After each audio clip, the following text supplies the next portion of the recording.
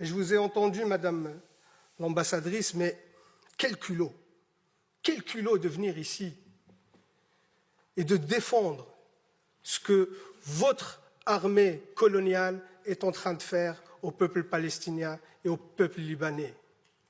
Quel culot de venir justifier vos crimes de guerre et vos crimes contre l'humanité. Où est passée votre humanité, Madame l'ambassadrice, pour venir ici justifier ces atrocités? Parce que vous avez montré des vidéos, vous avez vu ça? C'était au camp de réfugiés de Jabalia. Ce jeune homme qui est ici, ce n'est pas un terroriste, il est brûlé vif ici, parce que votre armée a bombardé un camp de réfugiés. Ici, c'est le bombardement d'un hôpital, avec des victimes civiles.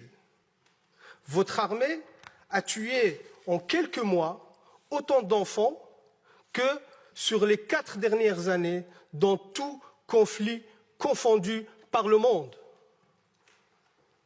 Et ça, vous venez le justifier. Est-ce que quand vous tirez sur des enfants, quand vous tuez des enfants, des femmes, est-ce que c'est ceux-là qui vous terrorisent? Aujourd'hui, c'est ceux-là que vous appelez des terroristes et que vous luttez contre. Quand vous bombardez le peuple libanais par du phosphore qui est interdit par le droit international, c'est pour lutter contre le terrorisme.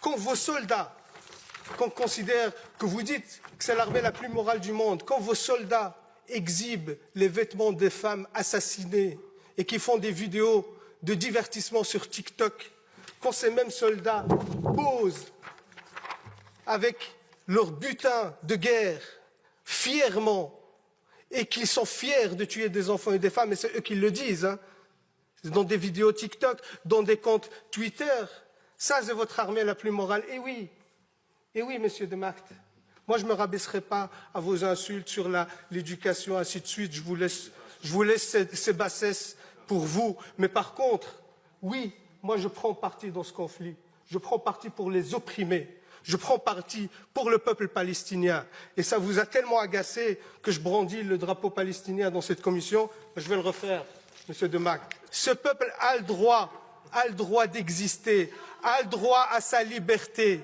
Ce peuple a le droit à son indépendance. Ce peuple a le droit à la dignité. Et vous les combattez. Vous faites un nettoyage ethnique. Vous faites un génocide contre le peuple palestinien sous prétexte de lutte contre le terrorisme, alors que c'est vous, l'armée la plus terroriste dans la région. C'est vous les vrais terroristes. C'est vous qui colonisez la Palestine depuis 76 ans. 76 ans. Il n'y avait pas de 7 octobre depuis 76 ans.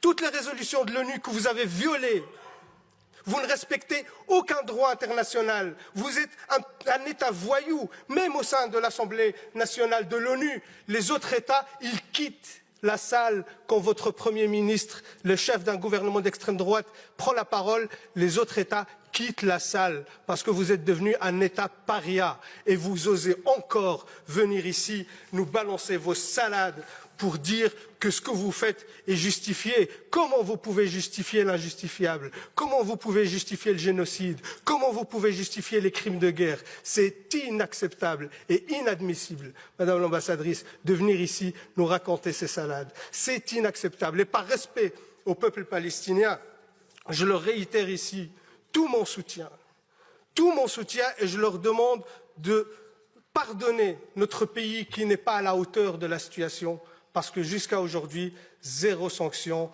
ont été prises contre votre État. Et vous savez, vous avez justifié vos réactions parce qu'on vous a lancé des roquettes.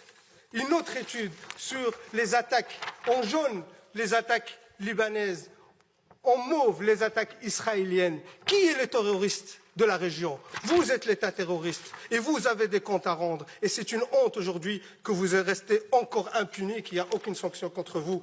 Je termine par là, Madame la Présidente, même s'il y a beaucoup de choses à dire, mais on est limité par le temps, mais je pense que l'essentiel a été dit. Et surtout, ce qui est encore honteux, qu'il y a encore des porte-voix, des porte-paroles dans ce Parlement qui soutiennent cette politique génocidaire, et ça, c'est inadmissible.